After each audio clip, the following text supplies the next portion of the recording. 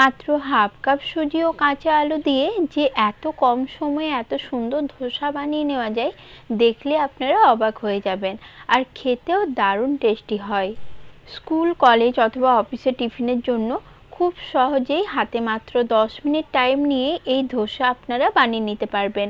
যেমন ক্রিস্পি হয়, খেতেও খুবই টেস্টি হয়। এই ধোসা বানিয়ে নেওয়ার জন্য দুটো ছোট সাইজের আলু ছোট টুকরো করে কেটে ধুয়ে রেখেছিলাম। কাপে 1 কাপ হয়েছে আলুগুলো।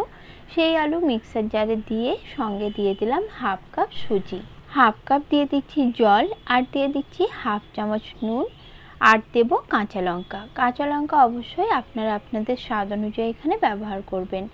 এবার সব কিছুর একদম স্মুথ একটা পেস্ট তৈরি করে নিয়েছি। দেখুন, পেস্ট এরকমই স্মুথ হবে। এবার এই পেস্টটাকে আমি একটি বড় মিক্সিং বোলের মধ্যে ঢেলে নিচ্ছি। সঙ্গে দিয়ে দেব মিক্সিটা ধুয়ে জল। এই ধোসাটা তৈরি করার জন্য প্রথম থেকে আমার টোটাল জল লাগবে 2.5 কাপ, আর দিয়ে দিলাম হাফ কাপ আটা। এখন সব কিছু একসঙ্গে ভালো করে মিশিয়ে নেব। নাস্তাটিকে হেলদি বানানোর জন্য আমি এখানে আটার ব্যবহার করেছি। আপনাদের হাতের কাছে যদি চালের গুঁড়ো থাকে, সেটাও আপনারা এখানে ব্যবহার করতে পারেন। চালের গুঁড়ো দিয়ে করলে ধোসাটা আরও অনেক বেশি ক্রিস্পি হবে।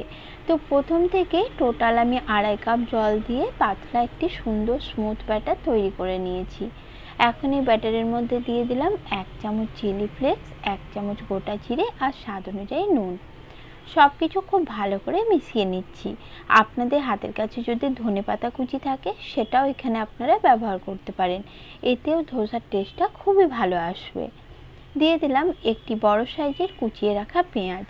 আবারও সব কিছু একসঙ্গে ভালো করে মিশিয়ে নিয়েছি। আর দেখুন, ধোসার ব্যাটারটি ঠিক এরকমই পাতলা তৈরি হবে। আগের থেকেই একটি তাওয়া আমি গরম হতে বসিয়ে দিয়েছিলাম। এখন এই তাওয়ার মধ্যে ভালো করে একটু তেল ব্রাশ করে নিচ্ছি। আর তাওয়াটি অবশ্যই খুব ভালো করে গরম করে নিতে হবে। তারপর বাটিয়ে করে ধোসার ব্যাটার নিয়ে তাওয়ার উপরে ঠিক এইভাবে অল্প অল্প করে দিয়ে দিতে হবে। এখন গ্যাসের ফ্লেম মিডিয়াম লোতে রেখে ধোসার ওপরটা শুকনো হয়ে আসা পর্যন্ত অপেক্ষা করব। যখন ধোসার ওপরটা এভাবে শুকিয়ে আসবে, ওপর থেকে একটু তেল ব্রাশ করে দিচ্ছি। আর দেখুন, ধোসার 4 সাইডটাই এমনিতেই আলগা হয়ে এসেছে। এখন এক সাইড থেকে এভাবে ফোল্ড করে ধোসাটা তুলে নিচ্ছি।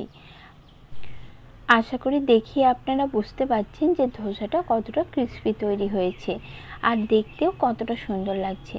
একই রকমভাবে আরও একটি ধোসা আমি বানিয়ে নিচ্ছি। আর ধোসার ওপরটা শুকিয়ে আসার পরই দেখুন কত সুন্দর জালি আর ক্রিস্পি ধোসা তৈরি হয়েছে। একবার হলেও বাড়িতে বানিয়ে খেয়ে দেখবেন, সকলেরই ভীষণ ভালো লাগবে। এইভাবেই সবকটা ধোসা বানিয়ে আমি চায়ের সাথে সার্ভ করে নিয়েছি। আপনারা যে কোনো চাটনির সাথে এটাকে সার্ভ করতে পারেন।